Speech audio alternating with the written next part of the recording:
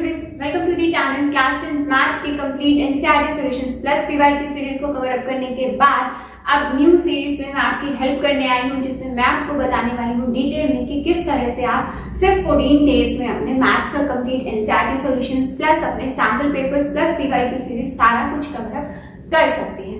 उस चीज के लिए मैंने चैप्टर वाइज सीरीज स्टार्ट की है। चैप्टर नंबर 1 से लेकर के चैप्टर नंबर 4 तक मैं डिटेल में आपको बता चुकी हूँ कि कौन कौन से क्वेश्चंस आपको सैंपल पेपर से करने हैं और कौन कौन से आपको एनसीईआरटी से करने हैं, प्लस कितने क्वेश्चन सैंपल पेपर से करिए और कितने एनसीईआरटी से करिए, सो दैट कि आपकी प्रैक्टिस बहुत अच्छे से हो सके। ठीक है, तो आज की इस वीडियो में हम बात करने वाले हैं नेक्स्ट हमारे चैप्टर नंबर 5 की। चाहे आपके पास बेसिक मैथ्स है चाहे स्टैंडर्ड मैथ्स है, अराउंड 10 मिनट्स की आपकी ये वीडियो होगी, तो इस वीडियो को पूरा डिटेल में अच्छे से समझिएगा ताकि आपकी बहुत अच्छे से प्रिपरेशन हो सके।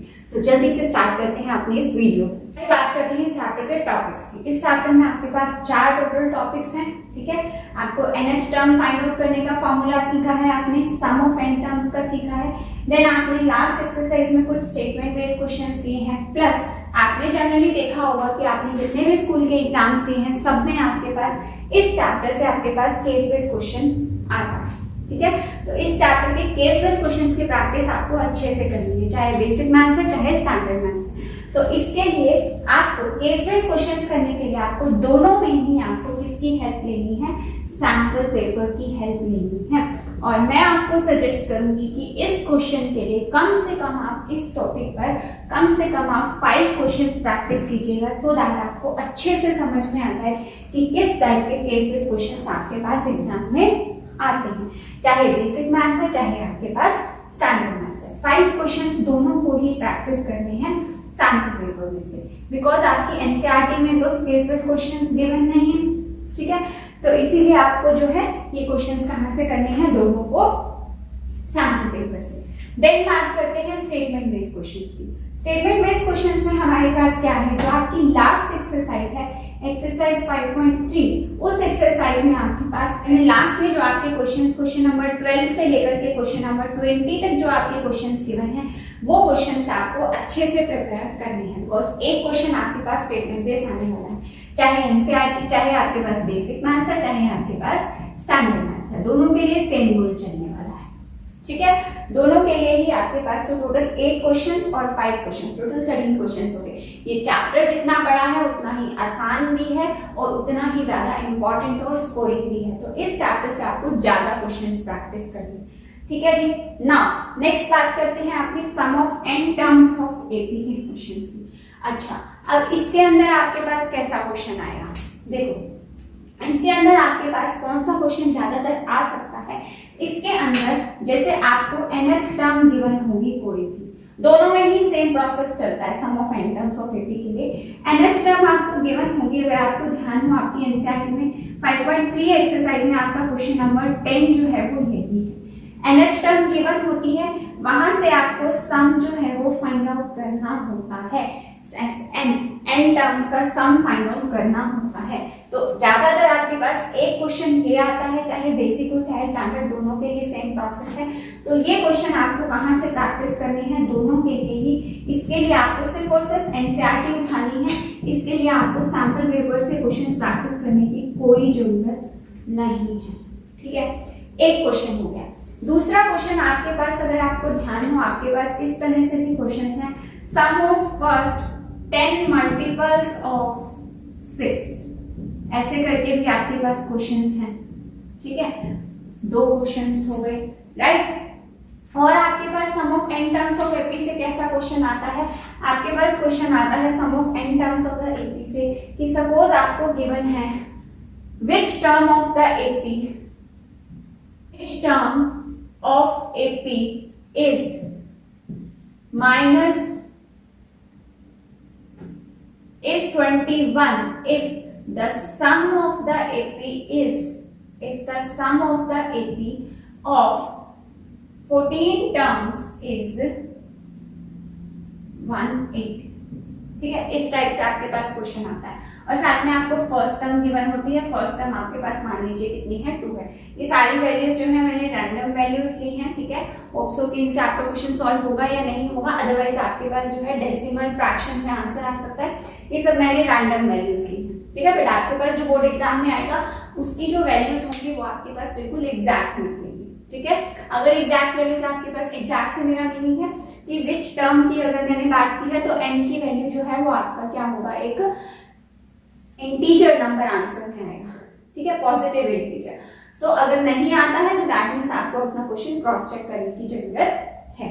ठीक है, तो 3 टाइप के क्वेश्चंस आपके sum of n terms of AP से हो गए, 3 + 8 11, 11 + 5 टोटल कितने क्वेश्चंस हो गए, 16 क्वेश्चन।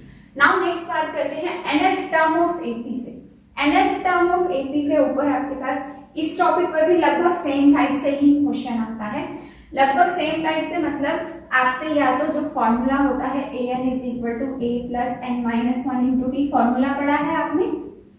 ठीक है, तो इस टॉपिक से भी आपके पास मतलब कोई भी आपको 3 टर्म्स गिवन होती है, जैसे a, n या d आपको गिवन होगा और आपको an जो है वो निकालना होगा।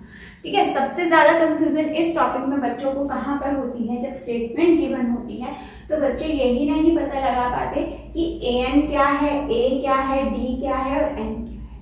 राइट, क्योंकि क्वेश्चन तो आपको ऐसे गिवन होता है एग्जाम में that 13th term of AP is 16 and 9th term of AP is 18, then find its 14th term of the AP।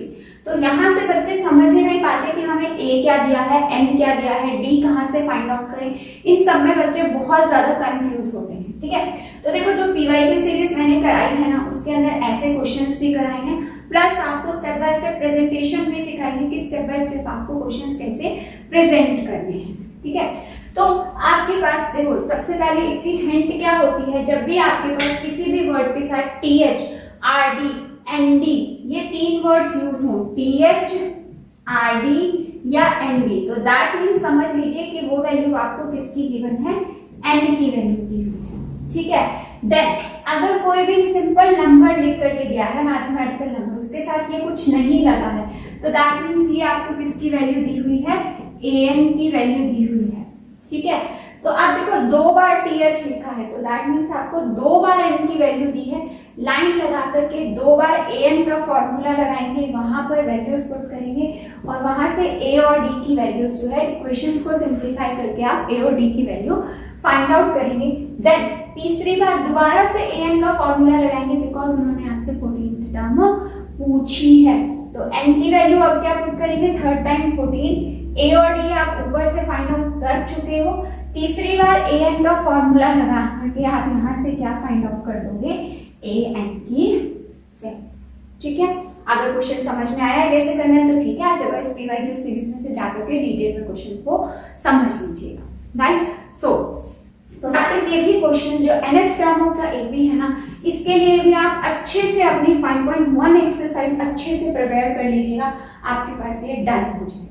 तो इस क्वेश्चन इस चैप्टर पे थोड़ा सा टाइम लीजिएगा, इसके टर्म्स को समझिएगा क्या टर्म्स हैं और क्या नहीं है, सो दैट कि आपको ये चैप्टर अच्छे से समझ आ जाए। राइट, सो बहुत बार आता है एग्जाम में, बेसिक या स्टैंडर्ड दोनों के लिए ही आता है। आपको बोला होता है for the 3 consecutive terms of AP, 3 consecutive terms of AP, जैसे कि आपको कुछ भी दे देंगे k+1, then 2k - 3 and 4k + 6 are in AP, find the value of k। ठीक है, find the value of k। तो इस क्वेश्चन को आप कैसे करेंगे, क्योंकि उन्होंने बोला है ये कॉन्सिक्यूटिव टर्म्स है, कॉन्सिक्यूटिव मतलब लगातार टर्म्स हैं, 3 टर्म्स, और ये एपी के टर्म्स हैं, तो एपी की लगातार जो 3 टर्म्स होती हैं उनके बीच का जो डिफरेंस होता है वो क्या होता है, इक्वल। मतलब इन दोनों वैल्यूज को माइनस करना है और इन दोनों वैल्यूज को माइनस करना है, देन दोनों को आपने इक्वेट कर देना है, दोनों को आपने इक्वल रख देना है। सो वहां से आपके पास किसकी वैल्यू आ जाएगी, के। देन इसके बाद ये क्वेश्चन को कितना भी आगे खींच सकते हैं कि then find the first 3 terms of the AP, find the common difference and all, जो भी मतलब आपके पास यहाँ पर टर्म्स हैं इनमें से आपसे कुछ भी है इसके बाद क्वेश्चन में पूछ सकते हैं, तो वो आपको सिंपल इस फॉर्मूले की हेल्प से आप फाइंड आउट कर सकते हैं। ठीक है जी, सो चैप्टर नंबर 5 के सारे important topic sample paper cover up हो गए। अराउंड आपको 20 क्वेश्चंस इस चैप्टर से प्रैक्टिस करने हैं और ये चैप्टर आपका आपका डन हो जाएगा। तो 20 क्वेश्चन करने में हार्डली 1 या 2 आवर्स लगने वाले हैं, इससे ज़्यादा का टाइम आपका नहीं लगेगा। सो नेक्स्ट वीडियो में हम डिस्कस करेंगे चैप्टर नंबर 6 ट्राइंगल्स के बारे में, कौन से टॉपिक्स एनसीईआरटी से करने हैं, कौन से आपको सैंपल पेपर से, प्लस कितने क्वेश्चन सैंपल पेपर से और कितने क्वेश्चंस एनसीईआरटी से। So if you find this video useful for you, then please do like and share my video and do subscribe to the channel if you are new to the channel. Thank you.